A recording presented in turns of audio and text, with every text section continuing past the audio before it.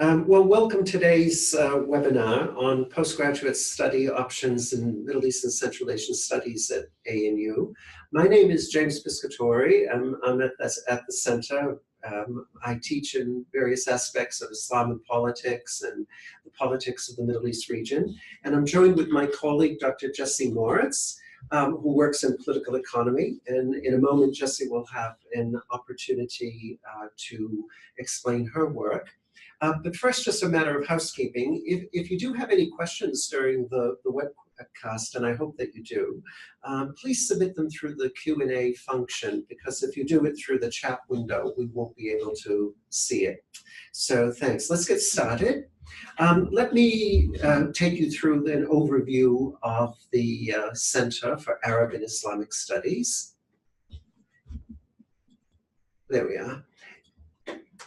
So the center was established in 1994, and we think that it has grown quite exceptionally since then. It's probably now the largest institution of its kind in the Southern Hemisphere. It's certainly the largest institution which is devoted to the study of the Middle East and various disciplinary pathways in Australia.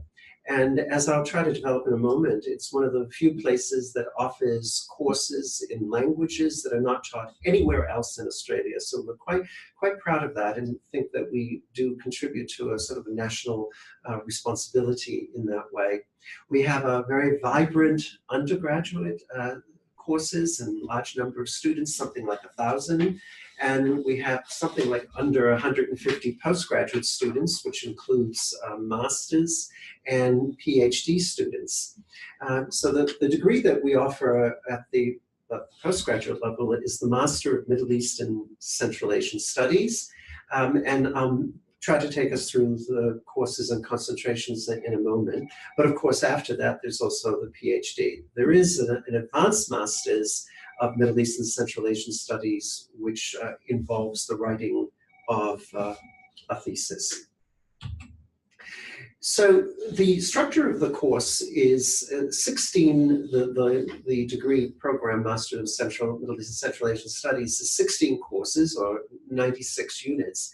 And there is provision for those who have had prior study, either with an undergraduate degree which is focused on Middle East and Central Asian Studies or something akin to that, or in cognate areas such as politics, international relations, the social sciences, or indeed the languages and history of the Middle East and Central Asia.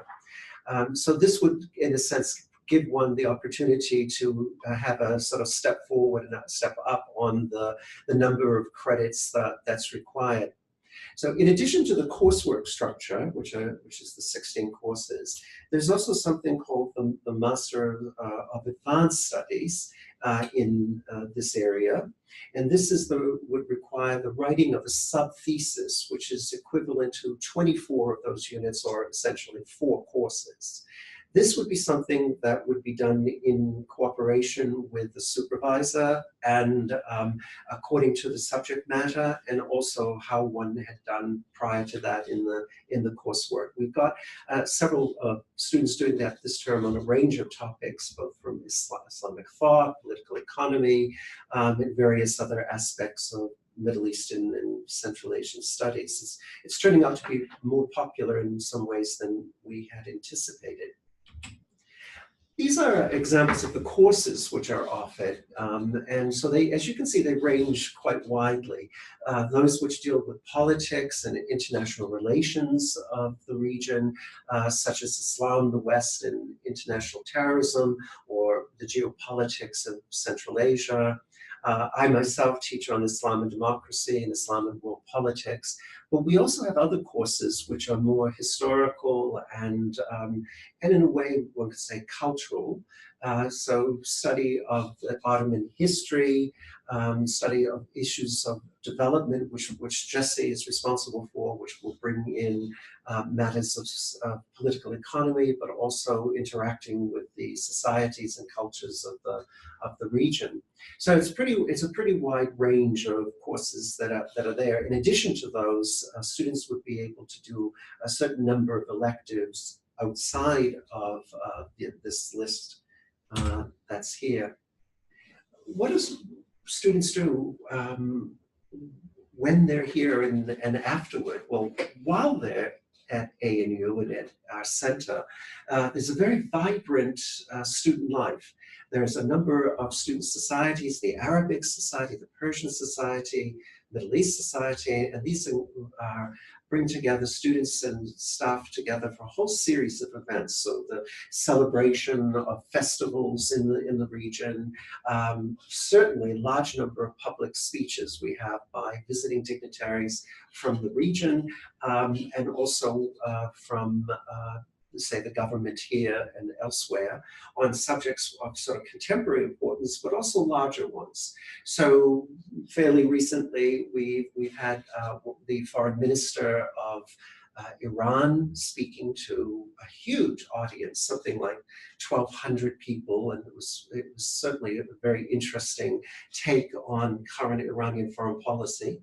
But we're going to have coming up a talk about the intermixture of identities of Arabs in Malaysia, and how this creates an integration of different viewpoints and perspectives, but also the formation of a new cultural identity, something which is neither Arab nor Malaysian.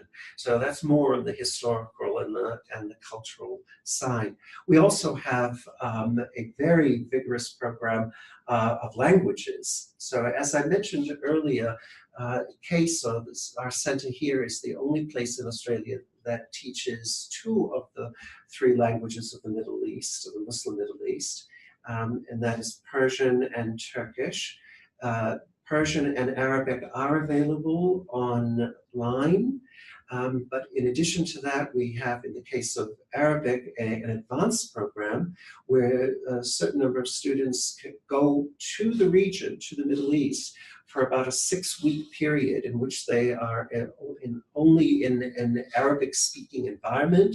And so this is a way of further enhancing their linguistic abilities. It's also a chance for them to do sort of cultural events by going to many of the architectural and cultural sites of important heritage in the region. It's quite a successful program and very unique, and I think unique compared to other universities. And the sort of societies which are available and sort of extracurricular activities will complement these the formal coursework by having poetry recitals, for example, in Persian, and even the organization of trips for films related to, say, the Arab world or Iran. What do people do when they finish a degree in Masters in Middle East and Central Asian Studies? I think we've got a fairly good record of this. Many, probably most of our Master's students come from the public service, and most probably go to the public service if they're not already in it. So DFAT, the Foreign Affairs and Trade, Defense, the AFP, etc., the intelligence agencies. But we also have a large number of students who go into the non-governmental organizations, international organizations, working with refugees, working with the media, etc. So the range of possibilities is quite wide for those who have taken these courses. So I think you can see that this probably stands in contrast to other degrees which are offered at ANU by its regional specialization and the availability to get in depth, not only on issues of political and social import, but cultural, historical, and language import as well. So having given that as a kind of an overview of the kinds of things we do, I want to bring in my colleague Jessie here, and Jessie has recently joined us from Princeton, and so I wanted to ask you, Jessie, why did you go into Middle Eastern Studies? Well, I think that's an important question, not just for me, but for the students as well, to understand that why did we become interested in studying the Middle East, and why is it important to study the Middle East? My personal background, and this is particularly fitting because it's the 12th of September here in Australia, but only a few hours ago on the west coast of the US, it was still the 11th of September. And I actually grew up in California and was in California on September 11th when I was a kid. And this was when I was an outsider to that society, the American society, as an Australian living there, and suddenly saw politics explode in the US. And there were so many public voices asserting that they understood the position of the Middle East, they understood the position of the Saudis, Emiratis, and one country who were involved in this.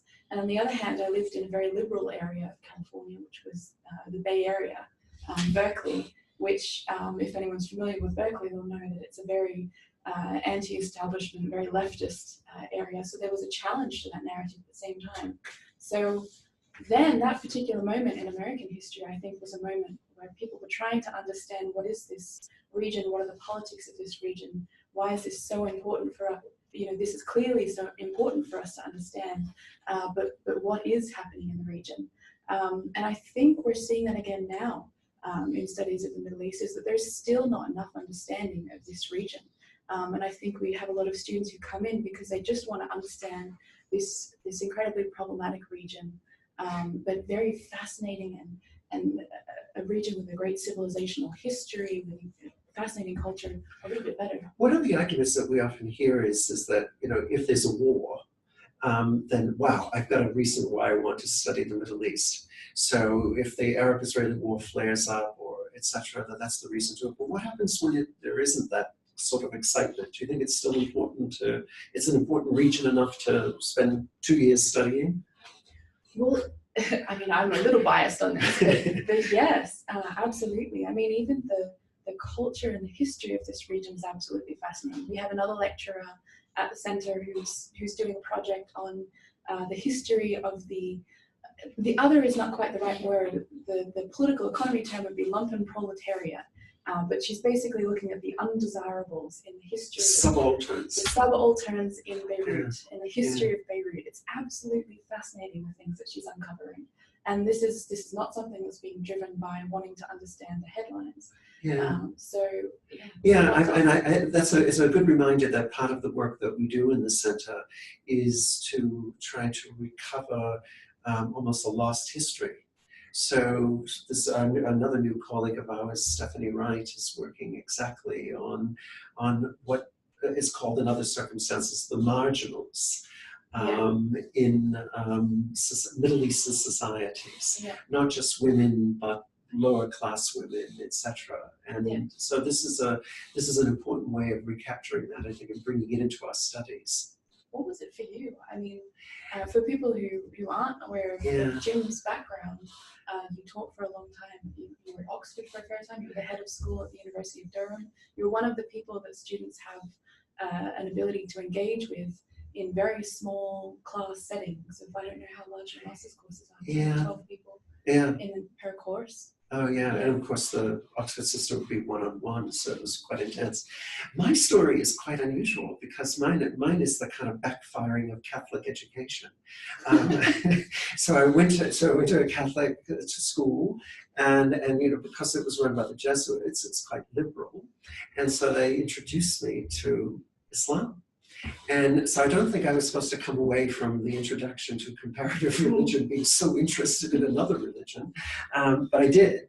And as a result of that, I got really, really interested in Islam, and then through a long sequence of events, ended up in Saudi Arabia, where I did my work, and it was probably the first Western student to actually study there. So it's really it was an important moment for me, but also I think for them to see sort of Westerners were interested. You've gone to you've lived or studied in the Middle East, haven't you? Yes, I think almost all of our staff has spent a fair amount of time living in depth in the region, or are in some way very much empirically grounded. I think that's one of the advantages of the research that we do, and especially of area studies research as well, is that because we're looking at this region, we do have to go and spend time there and try to understand it. So I've spent a fair amount of time in pretty much any country that's not in open warfare at the moment. So I spent a lot of time in Jordan. My research focuses on Bahrain, Qatar, and Oman. I did a trip to Saudi Arabia a couple of months ago,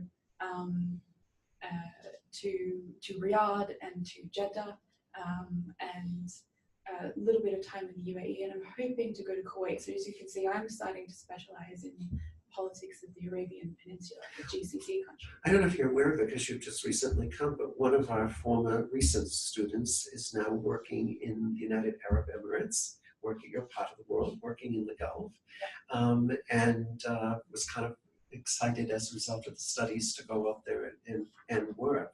And I didn't perhaps maybe make clear that we also have a very strong concentration in Central Asia.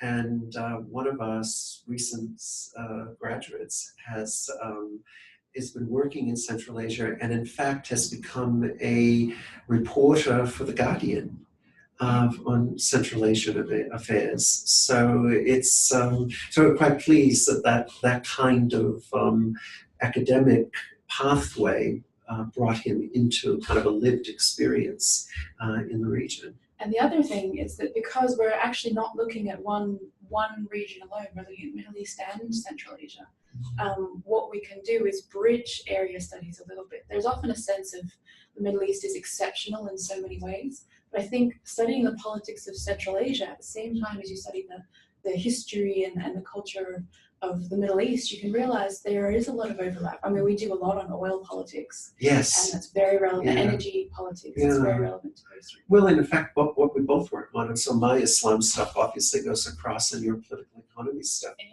goes across. I mean, we have the director of the center is Professor Amin Saikal, who's a world famous expert on Afghanistan, as well as Iran, and the whole study of Afghanistan itself makes your point. Yeah. What is it? Is it Central Asia or Middle East? And because it has these sort of continuities of culture and history and even politics, it makes it both in a way. That's one of the first things we cover, even in the undergraduate courses that we teach, but we cover at the graduate level as well, is what is the Middle East anyway? And I'm sure you cover the question, what is Islam? Yeah.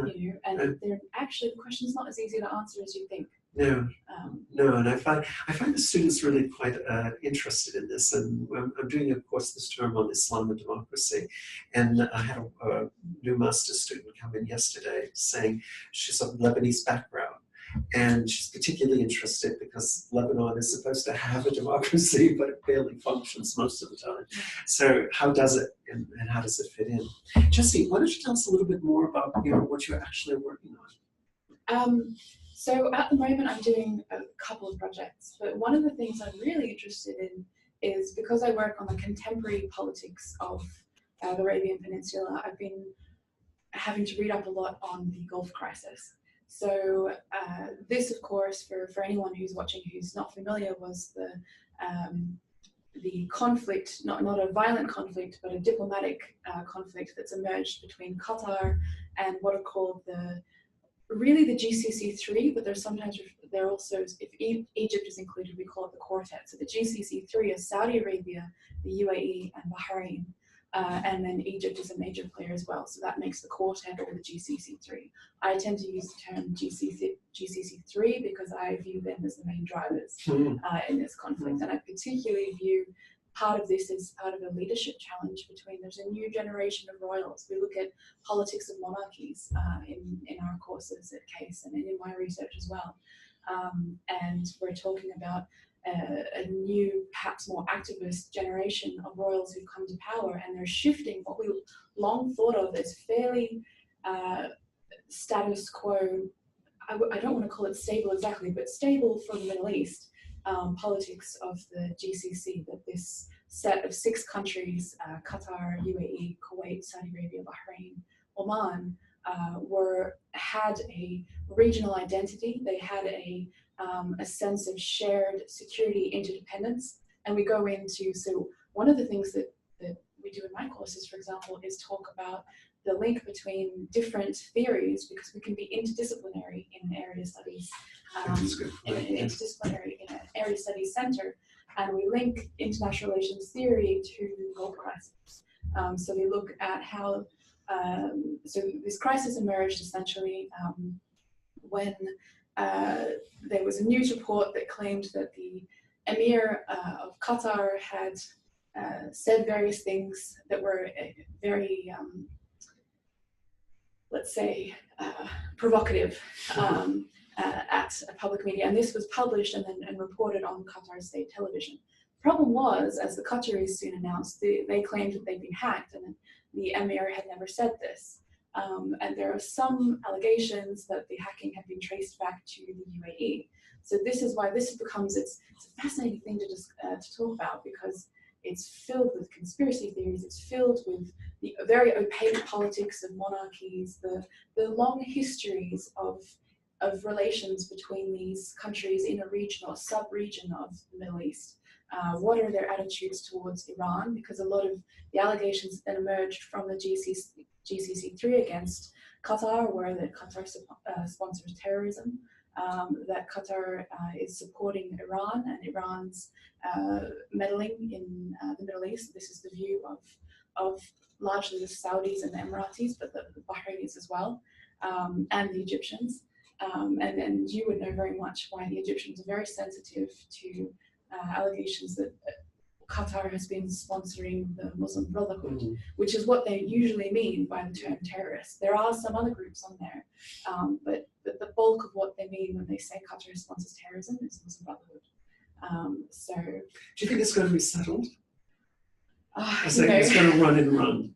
I try and stay connected to the best of my international colleagues who are also working on this question, and I think the consensus at the moment is that it's set itself into a long détente. But even a few weeks ago, Bahrain announced they're going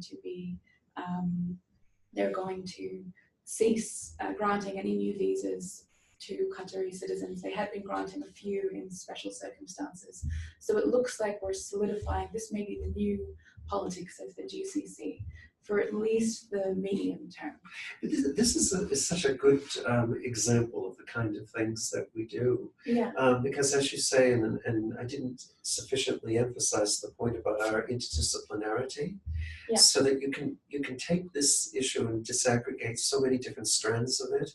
So there's the historical rivalries, there's the whole question of identity. Yeah. I mean, here's a place where they should have the same kind of cultural, historical identity, but it doesn't translate into a political common identity. No. So you know, they all speak virtually the same Arabic, the same sort of rough history, similar, yes. rough tribal background, etc. Oil. You'd think, but no. No, I know, and it gets at that larger question that fits into a lot of our courses, and that's the question of nationalism. I mean, so, you know, who would have thought that the United Arab Emirates was a nation? But nationalism is important now. Yeah, and we dive right into these questions in our courses on how is nationalism created? Is it primordial? Is it something that can be constructed and created? We look, even in some of my courses, we look at the construction of heritage. So it's only been recently that the GCC states have started to invest in studies of their ancient history. And they've been building museums and holding art galleries as a way to kind of create an identity, arguably. Yeah. No, absolutely. And, you know, it's something which seems fairly new, but nevertheless, suddenly has become real. Yeah. And, you know, a lot of our students have sometimes they're coming from a background where they've been to the Middle East, perhaps they've spent some time there and they want to know more. And if anyone spent a short amount of time in Doha, perhaps if they've been there on the National Day, and I know at least one of our former master's students has, they'll know that the sense of public patriotism, the public expression of patriotism is extreme. I've seen kind of toddler dresses that are emblazoned with the head of the faces of the emir, and the colours of the national flag, and it's, I mean, you think Australia Day is extreme. You haven't seen Qatar's national Day. No, exactly. Yes, I subjected my students to YouTube videos of that. Yeah. But what's also interesting is that our student body the cohort is so international. So we do have some from the region, but we also have people from Asia, Indonesia, China, etc., but also a few from Europe. And that has given such different perspectives on what nationalism is and whether it could actually have a place here. Yeah. So yeah, let me. I'm really curious to know what you think. Yeah, well, one of the things that I'm interested in is the current what's sort of going on in Syria. And so maybe I have a few PowerPoints on that just to explain it. I mean, this is just simply an example of the kinds of things that we're working on, and also this should doesn't go on, does it? Let's see. There it is. Yeah, so the point of this is not that we're trying to reproduce the headlines of the day, though you mentioned September 11th. Well, you know, the news is full today of the assault on Idlib, and I was mentioning that we had a visitor today, unexpected visitor from Turkey. And he was commenting on the grave concern in Turkey over the fact that there may be another 3 to 4 million people that will soon be crossing the Syrian border seeking refuge in Turkey. So it's the issue of the day, but in addition to the issue of the day, it's the larger points that we would be interested in. So I want to. So yeah, I just want to sort of, these are the kinds of issues that I use in some courses, so that what explains why there's been such bloodshed in Syria and why there's been a civil war? Well, it seems to me the first thing is to comment on the authoritarianism, and as you know, that's one of the running themes throughout a lot of our courses, is that, you know, we frankly do not have a region full of democracy, and so what explains the persistence, in fact, the reinvention of authoritarianism in these countries? So in the case of Syria, you know, it's obviously in the hands of the Assads, the present ruler, but also the father. And why is that the case? Because, well, there have been a series of patronage networks that was around the particular party, the Ba'ath Party, the Nationalist Party, but also just outright repression. But the idea that somehow the rulers, which come from a small group, could actually create a network which permeates through the society so that everything essentially has to be done through it. So if you want medical care, you want to go to university, etc., you'd have to go through these patronage networks. Well, that just solidifies kind of authoritarianism. Whoops, no.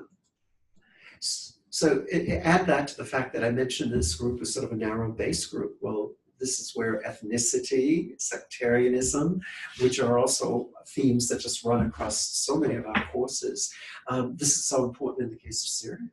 So there's Assads come from a minority group, which is a sort of a variant of Shiism, and they're kind of geographically located in a certain area that gave them a kind of concentration and therefore kind of force. So these people, the Alawites, they dominate. They're only about 10% of the population, but they are so dominant in terms of politics and have been since the 1960s. So this accounts for, again, part of the reason where there'll be huge resentments from the other 90% of the population.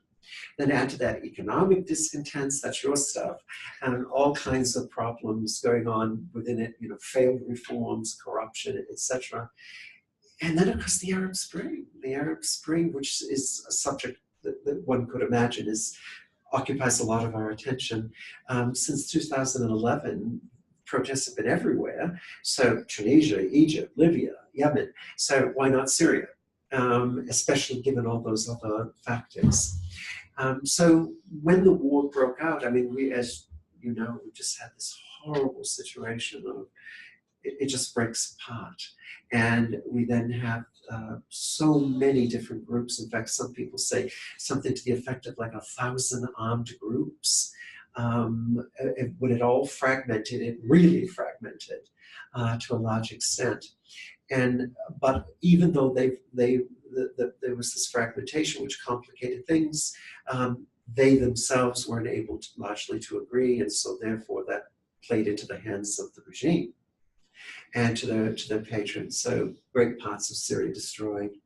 but so many people displaced, something like, a quarter of the population, 250,000 Syrians killed, and, something like half the population has been displaced, both externally, going to other countries, and internally within the country. So I just sort of wrap it up. I just say that, obviously the international side of it is a mess as well. I like this poster. This is a poster in Damascus, and I don't know whether people watching can actually understand who they are, but of course the supporters of the Assad regime are Hezbollah of Lebanon. That's the one on the far left. That's Nasrallah, and then the president of Iran, Rouhani, then Assad, and then of course you all know Putin. So these are the great supporters of the Syrian regime. It's sort of they're the company of sort of a cohort of rogues there. But what it says underneath in Arabic is interesting. The men who do not kneel except to God, except to God. These are the stalwart ones. And then just to kind of end off on, just to show you the current map, this is just from a week ago. So basically the red is what the Assads have recaptured thanks to Iran and Russia, and the green around Idlib, and then in the northeast is the northwest is the area that is being fought over today. This is the supposedly final battle of Idlib, which may create this huge humanitarian crisis. If you heard yesterday, the UN High Commissioner for Refugees says it may be the largest refugee crisis of the 21st century. So, I mean, the stakes are huge here. But as you can see, the remit of the government has expanded, and the yellow bit is the Kurds, who are in a tenuous relationship with the Assads, but have a kind of autonomy. So anyway, what I'm trying to do is not necessarily track who controls what territory on what day, but to note the reasons why, and there would be civil war, and also to indicate that once the civil war is over, troubles continue. Yeah. So there you go. So that's the kind of thing we do. I notice we've had a couple of questions here. So let's see.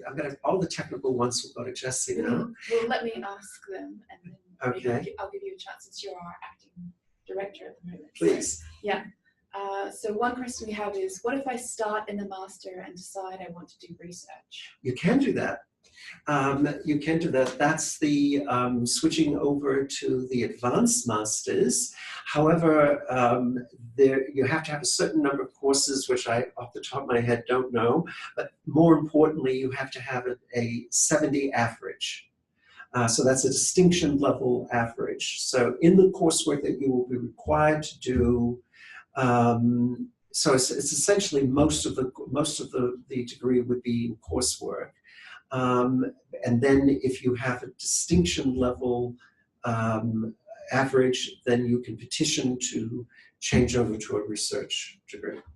Yeah. So it can be done, and it's done all the time. And the second question we have there is language experience essential to apply? No, it's not. In fact, I would say that 99% of our students, 98% of our students do not have prior language training. Certainly prior language training in Middle Eastern languages. So my argument is that the learning of any language is useful and important, and I encourage it at any level, but it's not a barrier to admission.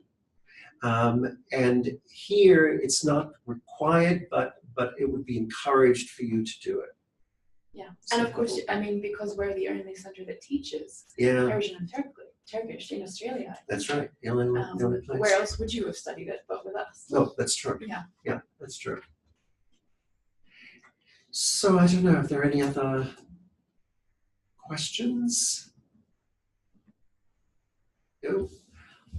All right. Well, I think hopefully we've answered a lot of the students' questions and given you a small taste of what it's like to study at the ANU. We actually have an event coming up in The date is the 26th of September. Yeah, so if you'd like to know more about studying at CASE and what it's like, we have on the 26th of September from 5:30 to 7 p.m. Is it in the China in the World Center? I thought it was in our center. Oh, it's in the Center for but it African will be on Studies. it'll be on our website that you can check. But I'm pretty sure it's our building in your campus. Yeah. And we've lined up a terrific, one of our colleagues especially has taken charge of this, Dr. Rehan Ismail, and she's put together a terrific program. So we have people from the Department of Foreign Affairs and Trade, we have people from who are working with the NGOs, the International Committee of the Red Cross, and I think people from the media, etc. So a whole range of people who, and the point being, what can you do with a degree in Middle East and Central Asian Studies? And I think you'll find that the people that will be there speaking will make the point that it really made their career, and that there are many exciting things to do in this area of study. So we hope you show some interest in our program, and if there are any other further questions that you would like to follow up on or to ask later, please do get in touch. You can do so by phoning us or by sending in emailed questions. In any way, we'll be very happy to try to answer them. And we thank you very much for your attention.